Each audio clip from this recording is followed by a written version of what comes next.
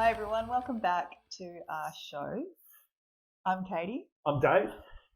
And I'd just like to take the opportunity to thank everyone for the awesome comments and feedback we've been getting on last week's episode. That was absolutely brilliant, guys. Yeah, and thank we're you. absolutely stoked that you found it useful. That was really cool. So we've come up with a question what Katie has for this week, and it's an important one. And I've been asked this in class. I think you have multiple times Lots as well. of times. At Yeah. time. So the question is, do you activate your muscles in yoga poses? Get straight into it, huh? Yeah, well, I feel it depends on what your intention is. What do you mean by that? So, what do you want to get out of the pose? Like, Yeah. why are you doing the pose? Well, your intention will inform whether or not you activate, how much you activate, and what you actually activate as well. Okay, so is there opportunities or times when you wouldn't activate? Definitely. Yeah. Definitely like Shavasana. Yeah. Unless we were doing a progressive muscle relaxation technique. So that's where you go through and you tighten certain parts of the body and then release them. And that's a really lovely way to actually start to connect with the muscles and notice if you're holding tension, and also learn how to release and how to let go. So we wouldn't activate in Shavasana, of course. Yeah. And so Shavasana is for those that don't attend laying class. down on your back, relaxing at the very end. Awesome. Yeah. The other times is restorative yoga. We wouldn't be activating. With restorative yoga, it's using props to help support the body and hold the body in certain positions, like propping you up with a bolster underneath you, or using other props like sandbags to help anchor you into position as well.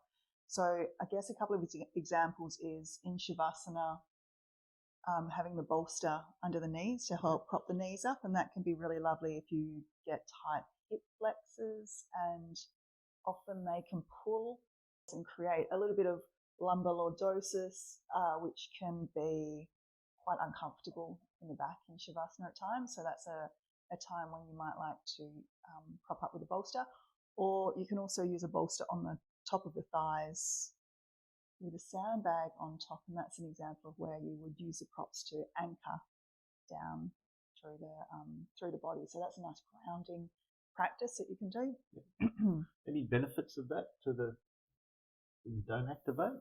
Yeah, so when you're not activating in class, the focus would really be on working with the nervous system to elicit a relaxation response. Okay, and relaxation response, what is that, and how does it help us? So it's the opposite branch of our nervous system to the fight and flight, or the stress response. So we've got the stress response, and what we're trying to do, especially in Shavasana and restorative yoga, is to elicit a relaxation response where we are working with the nervous system through different techniques to help to lower blood pressure, reduce the breath rate. Also, as the name says, the rest and digest branch of the nervous system, it also helps to improve digestion, as well as the heart rate slows down as well. Awesome. So there's times when we wouldn't activate, but ideally, when would you activate? For me, how I teach and how I practice, I activate pretty much most of the class, all throughout the class. I've been doing yoga for a long time, and so I think my practice has really evolved in that way, where because I tend to have a tendency towards more mobility, I've really had to pull back and work at strength and stability. So I tend to practice that way all the time now, and teach that way all the time as well, where I'm activating pretty much in the bulk of the class. But I may not, say, for example, if we do a class focused around glute strengthening, I may at the very end do some stretches targeting the glutes to re-lengthen the tissues, like pigeon pose, like Ekapada Raja Kapotasana. I would teach it to where you push into the front shin, and that will help activate and lift you out of the pose and bring some buoyancy and integrity and strength to it. But say if I've been doing lots of glute strengthening, I would just get people to perhaps relax into it, and then we wouldn't be activating, we'd just be softening, relaxing and letting go. Yep. Yeah. So it's great to talk about activation, but how do we activate and what do we activate? The main ways I would activate is with bandhas.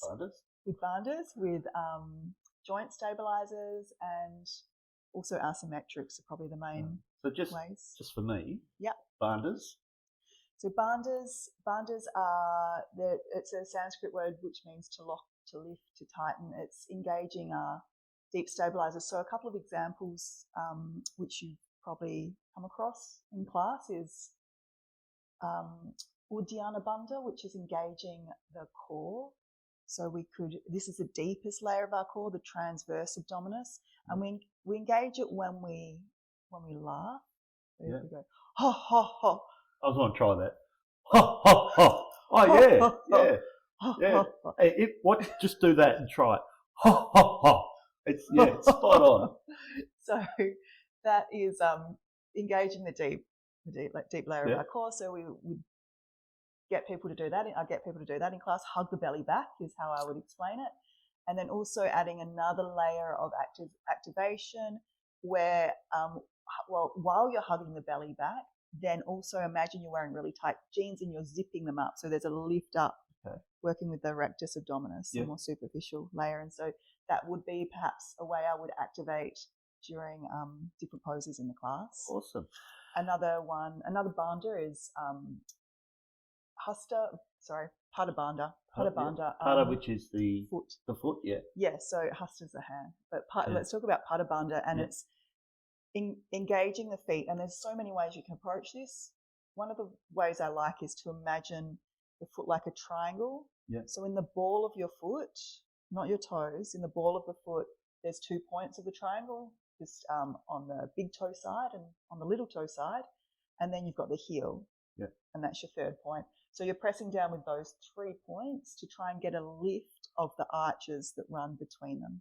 Awesome. Yeah, and that will run all the way up through the legs, up through the pelvis to give you some lightness and lift and some ease in the pose. So, fantastic. Just pausing just quickly, I just want to do a shameless plug for our online courses, online classes. Sorry, we do have courses as well, but classes. All these points we're covering and talking about here, there's actually videos that represent those. Oh yeah, there's heaps of videos on the bandhas in that library. Yeah. And don't forget, for January only, we're doing a promotional code, which is I'll put it up on the screen or in the subscription for you. Description. I'm caught up in the subscription language. So we'll put that down there. So if you want to go and try these, and you get the rest of January to sign up, subscribe to those videos, and you can try if you like, see what you think, and maybe go and have a look at some of these that we're talking about. Yeah. Okay. And so, sorry, interrupted. Where do we go from here? Bandhas. Okay, so there are some examples of bandhas and how you can activate.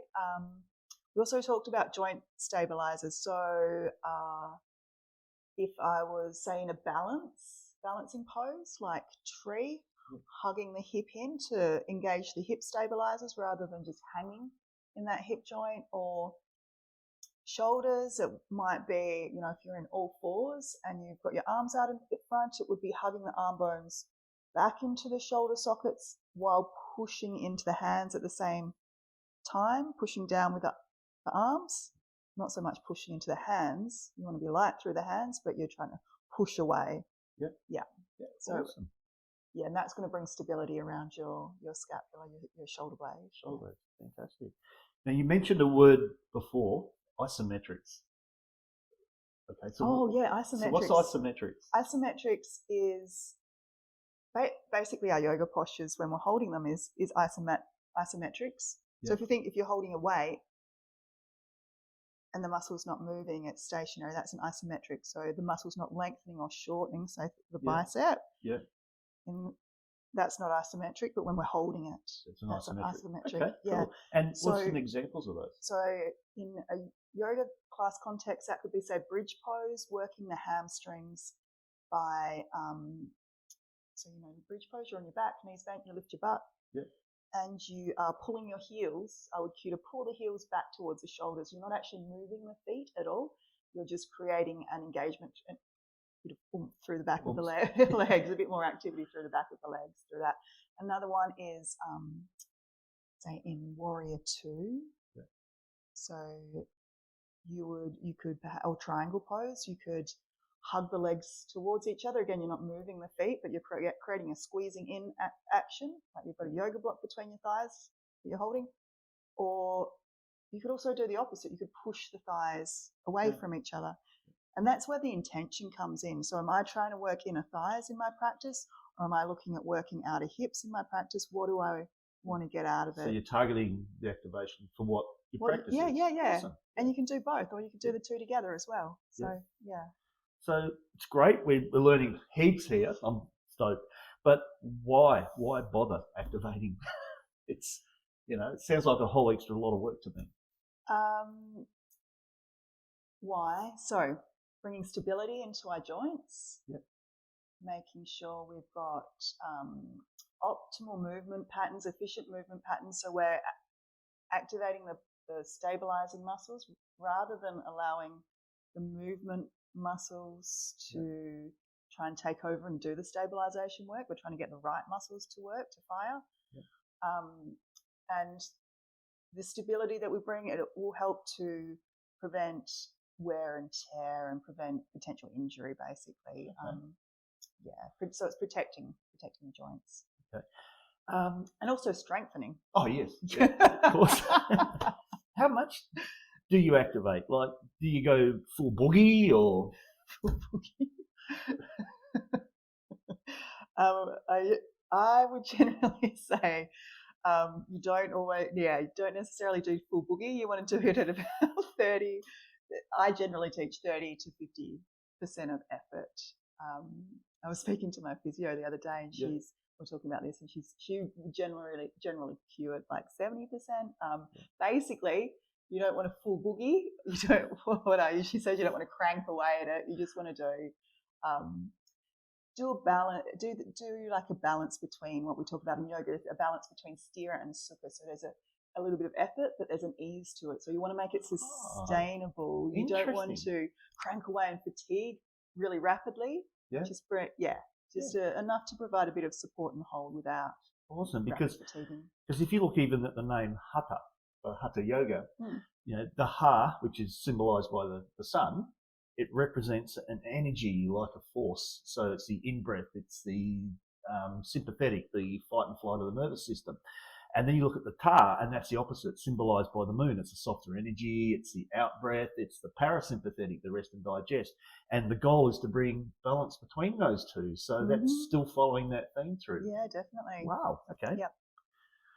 I mean, there is times you would activate at 100%. Yep. Maybe in like a PNF stretch. So an example of that is Supta Padangusthasana. So if we're lying on our back, knees bent, and you reach one leg up, say your right leg comes up, and you're bringing your leg in towards you to stretch the hamstrings. What you would do then, say you're holding the back of the thigh with your hands, you're bringing the leg in, but you push your thigh back into your hands, so you're activating through the back of the leg. Yep. Hold for about 10 seconds, hug the leg in, repeat 3 times, and you're just sort of resetting your brain to allow or your neurology, your neurofeedback loop to allow the muscles to release a little bit more. So you end up getting a little bit more range of motion through that. You wouldn't do that sort of stretch every day, maybe once a week, but it just that's when you would perhaps activate at 100%. Okay, interesting.